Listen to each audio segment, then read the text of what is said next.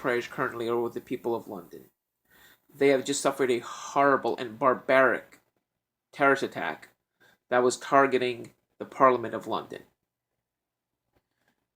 With everything going on in England right now and the United Kingdom, it could be anything from a right wing extremist to just a person with mental issues to a very staunch anti Brexit movement or pro Brexit. I don't know what the heck is going on there right now, but I know that there's many people dead and many more injured. And from what I heard this morning, there was at least 3 dead, and I think since it's like late evening now, I think there'll be at least 7 people dead right now. My friend's in London right now, so I'm extremely concerned about him because he was near the Parliament building. He was near that area when the terrorist attack took place. But he wasn't in that very vicinity, but it must have been very traumatic for him. Probably hearing the gunshots, seeing the police going down the street, putting the city essentially on total lockdown. Um, it's just horrible. I mean, I have a couple friends living in London, and I'm just really, really concerned about them. Um, about speaking of terrorism, we might just concerned about this, but with Trump in power, there's probably going to be a terrorist attack in the United States. Maybe a false flag, I'm not sure, but something big is going to happen, and I don't know when, but something might happen. I've been getting a lot of precognitive thoughts of something really bad that could happen, like kind of like visions. Well, I don't see visions, but I get like daydreams where. So I don't know exactly what's gonna happen here, but something big, maybe a natural disaster. I don't know, but something really bad will happen in the United States, and it could, at worst case scenario, be a nuclear war. That's my biggest fear. I've had dreams of nuclear war many times. That's what concerns me because in the past I've had many dreams that are actually come true. And I'm not talking about nuclear war, but I have a very strong extrasensory perception that's been very active the last couple of years. But it was even more active when I was younger. When I was 17 years old, on March 27, 2009, it was the craziest day I've ever experienced. That morning, I woke up feeling something horrible will happen. I didn't know exactly what, but I just knew something really bad was going to happen that day. It was just not going to be a good day. I just had a feeling. I didn't wake up saying, oh my God, today's going to be a horrible day. I just had a feeling something really bad was going to happen. And I wasn't sure exactly what. I got to school. I was in a residential school that time because I have a disability. I have Asperger's syndrome. That time I lived boarding school in Boston. When I got to the school part of the boarding school, the school part, the teacher at the time was running late. She wasn't there, and I was thinking, oh, and immediately a thought came across my head that she suffered a car accident. I never used to think that. I knew she was always running late because of traffic, but for some reason I just thought she had a car accident. Then I kind of blame myself for like sending out the negative energy to cause the accident, even though I wasn't aware if it happened or not. But then I felt a little better after talking out with one of my other teachers, and he reassured me that everything was fine. So like, I felt better. Later that day, all of a sudden, another horrible feeling hit me. That was even worse than with my teacher. I had a feeling that somebody died in my family.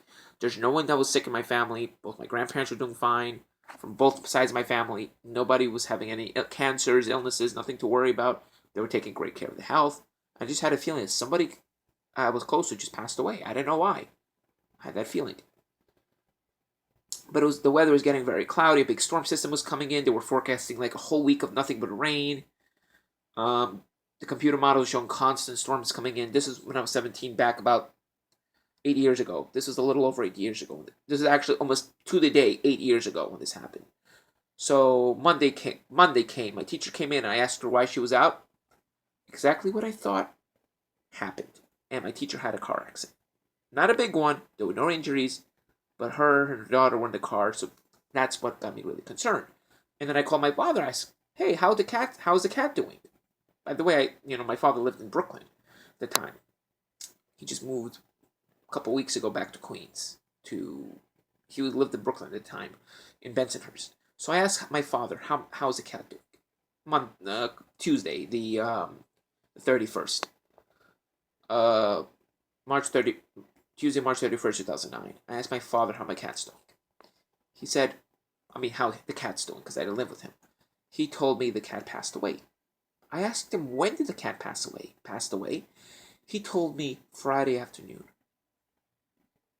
Yeah, that was exactly the time when a second bad feeling hit me that somebody in my family died. And I actually talked about that too. And one of my job coaches told me, "Oh, don't worry, not don't worry." They told me that even though they die, you're still surrounded by friends and family who love you. So, but I thought I was having that my bad day was just really all these bad feelings were just attributed to SAD, to seasonal affective disorder. I knew a lot about psychology even back then. Read a lot of stuff online. But nevertheless, both my feelings were really 100% pre-warranted.